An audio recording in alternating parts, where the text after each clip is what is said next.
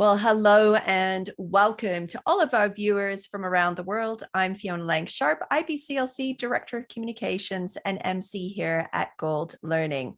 Welcome to everybody joining us here today. I'm excited because it's just around the corner. We'll be celebrating here at Gold Learning World Breastfeeding Week. And we want to celebrate with all of you out there by having this wonderful presentation titled Urban Design Solutions to Support Breastfeeding in Public, and it will be presented by Lisa Amir, who is here with us today. So thank you for joining us here today, Lisa. How are you doing? I'm great. Thanks, Fiona. Well, thank you for coming back once again to Gold. It's always our pleasure to have you here. And I'm excited you'll be joining us live for this presentation, which is going to be awesome. Now, of course, you and I were just talking about the timeline of this presentation. Everyone's going to have to go to the website. When you go to our website and you register for one of the events, I want to tell you something that's super cool. The web browser should recognize where you are in the world. And when you click on the event, it will tell you the up-to-date location time for yourself. So time zones, of course, are very important for all of us.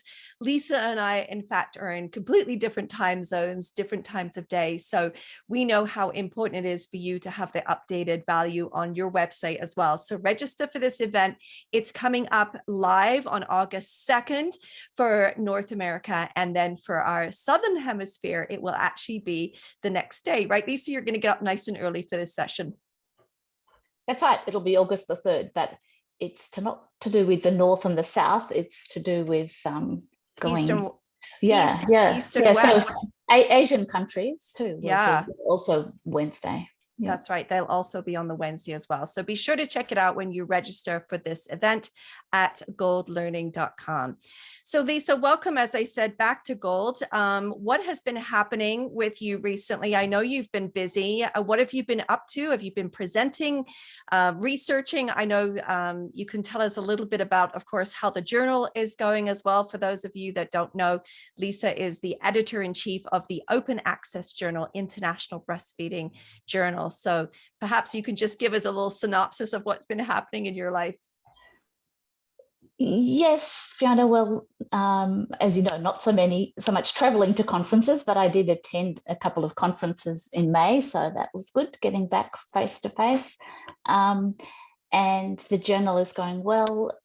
It's actually timely to think about that because the end of June is when the Clarivate company announces the journal impact factors. So all the journal publishers and the editors are always waiting to see what's happening with the impact factor, which is only one measure of a journal, but we're always happy that each year it is increasing. So that was good.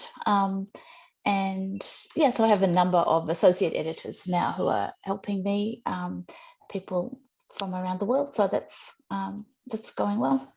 That is awesome. And just for those of you who are not familiar with this journal, as I said, it is an open access journal, which means that you can go online and get some fabulous research and articles free of charge. And Lisa, tell me a little bit of, again, just for those who are just listening for the first time and learning about this journal, and perhaps they need to access some really great research and articles, where would they go? What would they do? And tell me a little bit about how this began for you. Yeah, they can just type in International Breastfeeding Journal. It's very easy to access. It's published by Springer Nature. When I first started, it was Biomed Central. They've been taken over by a bigger company. But the model is that authors need to pay to publish in the journal unless they belong to an organization that's a member or they get a waiver. But for readers, you don't need to worry about that. All the papers are immediately open access and always. So you can go back to the first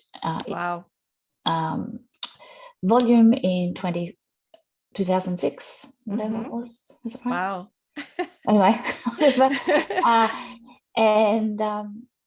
yeah, they're all there. And we are putting together a collection of papers about COVID-19. So as some other journals have done, rather than just doing, one issue, we can have an ongoing collection. So that's one of the advantages of an open access journal, that it's a collection. So as new papers come in, they just go into that collection. That is wonderful. That's wonderful. Well, what a wonderful resource for our folks listening in today. Well, I do want to get into talking about the topic, of course. And again, as a quick reminder, we will be celebrating World Breastfeeding Week with everyone. So come and join us on August 2nd and 3rd, respectively. Check it out on the website at goldlearning.com. You can register now and it is free. But let's jump into this topic: urban design solutions to support breastfeeding in public. Now, this is a topic that supporting breastfeeding in public, of course, is something that, comes up over and over again, Lisa. And just when we feel like we're getting ahead, it seems like there's still problems. And so what exactly does this topic entail? What are you going to be sharing? Share a little bit about what's going to be happening during this topic. Yeah, so it seems kind of straightforward. And I used to think, we should be just empowering mothers or people who want to breastfeed can breastfeed wherever they like. It's within their right, and, baby's got to eat, kind of thing. So that's kind of the way I was thinking of it. But when I started speaking to some colleagues who are urban planners and designers, they kind of got me to think a bit broader about actually designs of, where people sit and what's it like. And then I started kind of thinking about looking at park benches, in parks, and where people sit in shopping centres or malls. And then we've been talking to women in different settings and running some focus groups. And I've come to realise that really what we need to do is, although, hopefully people feel they can breastfeed anywhere, we do need to offer women and any people who want to breastfeed the opportunity to have different range of choices. So that we do need to have private rooms. So if someone does need to go, they're learning to breastfeed, or they've got a child who's distracted or whatever reason, to have access to a private room. And we need to have comfortable places where people feel, this is somewhere where I could sit and breastfeed if, they need to feed the child. But really what's come out of this is the idea of, can we set up what we're calling kind of semi-private spaces, breastfeeding nooks or corners or something, somewhere where people can sit and feel comfortable and can see what's going on. Because some of the people we talked about, when they're in a private room, they feel locked out, or, they're not part of the community, they're on their own, it's isolating. So they want to be able to see what's going on, but they also want to feel secure. So they want to feel safe. And this is why they'll often kind of go into a corner or somewhere where there's a little bit of privacy around them. So once you start thinking like this, then that urban designers can come up with, designs, or even it's just about looking at your local public library and thinking, okay, instead of, the children book area is there, it's right next to the entrance where people are walking in. Why not just rearrange the bookcase and, chair kind of in a little way, so that a mother could sit and breastfeed her new baby while the other child is, at story time in the library or whatever it is. And just so she feels a little bit safer. And then she is breastfeeding in public, because if people are going just into a private room, then children or no one else is seeing the breastfeeding happening. It's not actually in public. So we need to do, this is what the idea is, to think about offering different solutions. So not just one size fit all, you should be able to breastfeed here. And at different times, the same person might have different needs. So it's not just about, this is a type of person. At different times you might need different situations. So it's just thinking about it in a different way. Yeah, absolutely. Absolutely. I love this. I'm absorbed. I'm visually thinking about it. I had a very in-depth conversation with some of my students just this weekend as I was showing them some pictures of parents breastfeeding in public and getting their feedback on it. And, these are young advocates in the field, and so they've got lots of really strong opinions because, when you first come into the field, you just want everyone to breastfeed no matter where it is or how it is. But it doesn't always work that way. And I love how you talked about, parents do often like to have these little nooks or corners, but they like to also see what's happening. So I think this is going to be a great way for us to have a new look at this again, updated conversations, what we can do better.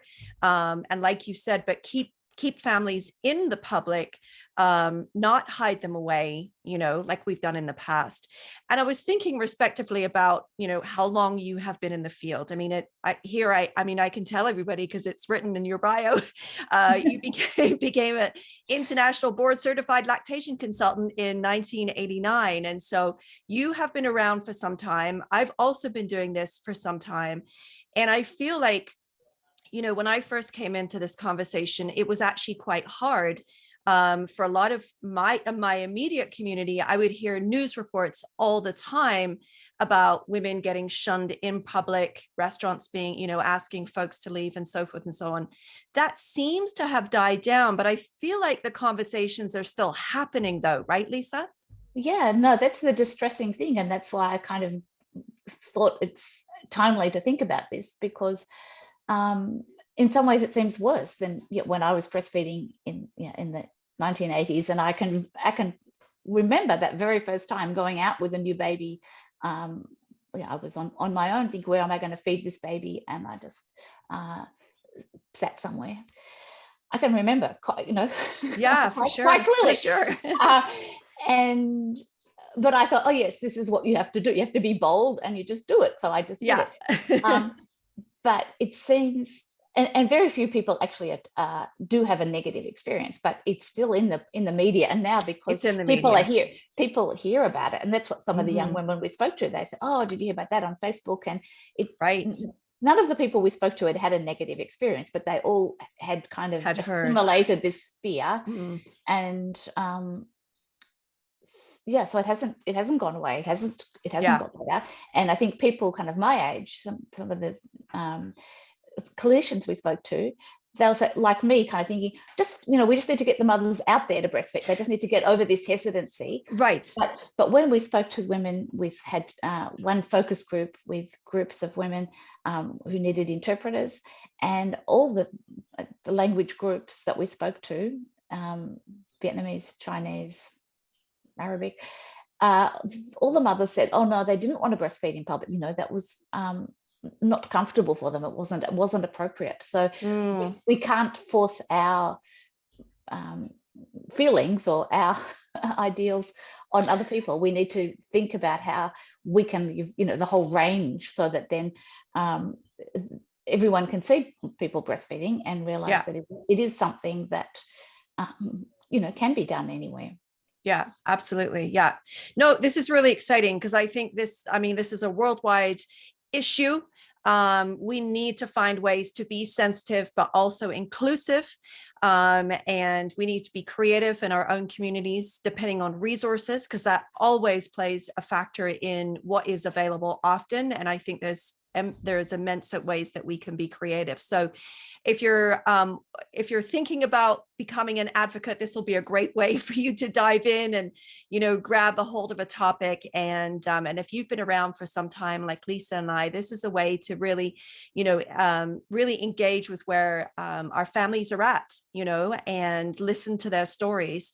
And I find that so interesting, Lisa, that many didn't have a negative, situation themselves personally. However, they had heard about it. And that is where the problem lies, is that fear-based, in, breastfeeding and lactation. And we need to really be careful that we're not, we're not playing into that ourselves as well as professionals. So excellent food for thought there. I can't wait to have more conversation about this.